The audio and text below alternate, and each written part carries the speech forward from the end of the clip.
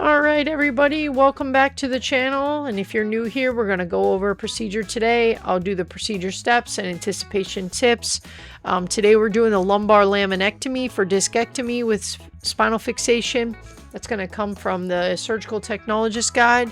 So let's jump right in. I'm going to introduce myself first for those of you that are new here. I am a surgical technologist instructor, and I'm also a certification coordinator for a university for CSTs. I am also the author of the book you see here, The Surgical Technologist Guide. I will put the link in the description of the video.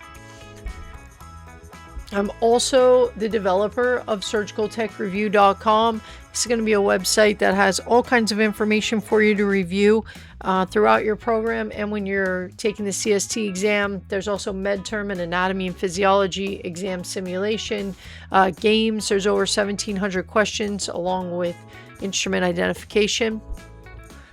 All right, now that that's all out there, let's go into the procedure today.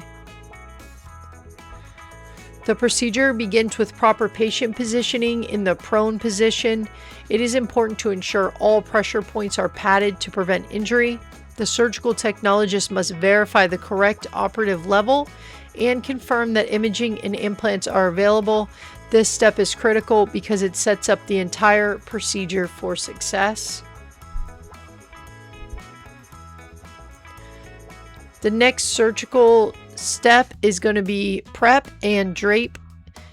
The prep should be done widely to allow for extended exposure if needed. It is also important to maintain access for fluoroscopy without compromising sterility. Proper draping helps prevent contamination and ensures a safe surgical environment.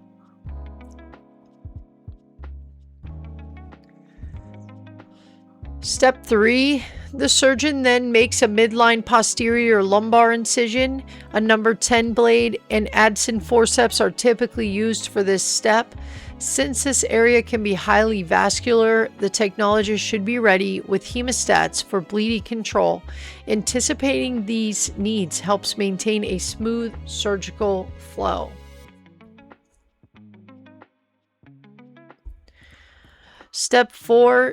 Dissection continues through the subcutaneous tissue and fascia.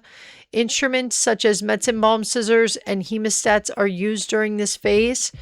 The clamp and cut technique is commonly followed to control bleeding. Maintaining visualization is essential, so early bleeding control is important. Step 5. Subperiosteal muscle dissection to expose the lamina. The muscles are dissected away to expose the lamina of the vertebra. This exposure is done gradually and may require repositioning of retractors. The surgical technologist should anticipate these adjustments and pass instruments efficiently. Keeping the surgical field organized is key during this step. Step 6. Fluoroscopy is used to confirm the correct spinal level before proceeding. This is a critical safety step to prevent operating on the wrong level. The technologist should be ready to provide a spinal needle or marker if needed. The procedure should not continue until the level is confirmed. Step 7.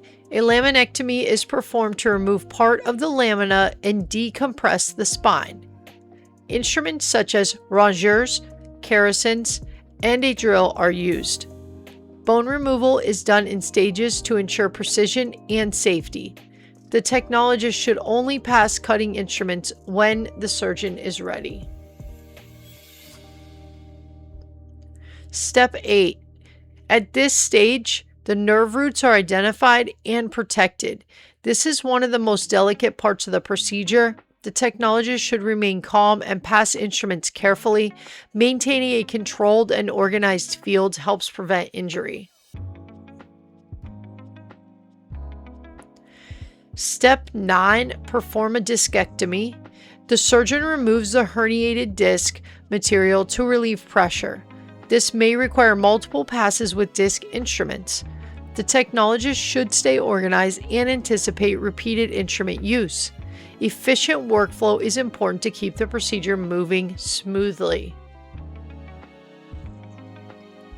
Step 10. Prepare pedicles for fixation.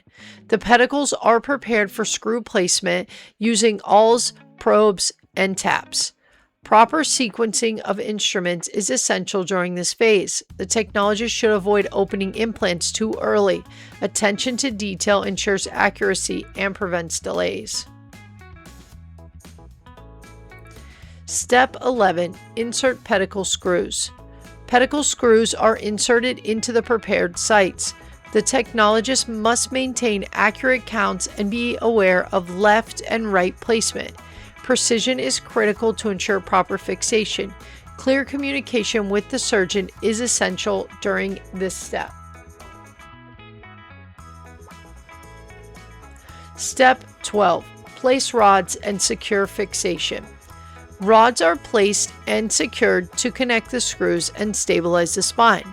Sometimes rod contouring is required to achieve the correct fit. The technologist should be prepared with different sizes if needed. This step completes the structural fixation. Step 13. Confirm fixation and decompression with imaging. Final imaging is performed to confirm proper placement of hardware and decompression. It is important to ensure the patient remains still during imaging. The technologist should assist in coordinating with the imaging team. This step verifies the success of the procedure. Step 14. Achieve hemostasis and irrigate. Hemostasis is achieved and the surgical site is irrigated. Bleeding may increase after decompression, so quick response is important. The technologist should provide suction and hemostatic instruments as needed. Maintaining a clear field supports safe closure. The Mayo stand is organized with essential instruments for the procedure. These include blades, hemostats, scissors, forceps, and retractors. Proper organization allows for efficient instrument passing. A well-prepared setup contributes to a smooth and successful surgery. That's all for our lumbar laminectomy procedure for today. Again, I'll put the links in the description of the video for the surgical technologist guide and also for surgical tech review. This one was a quick one for you. Hopefully it helped out. If so, go ahead, subscribe, and give us a like. See you next time.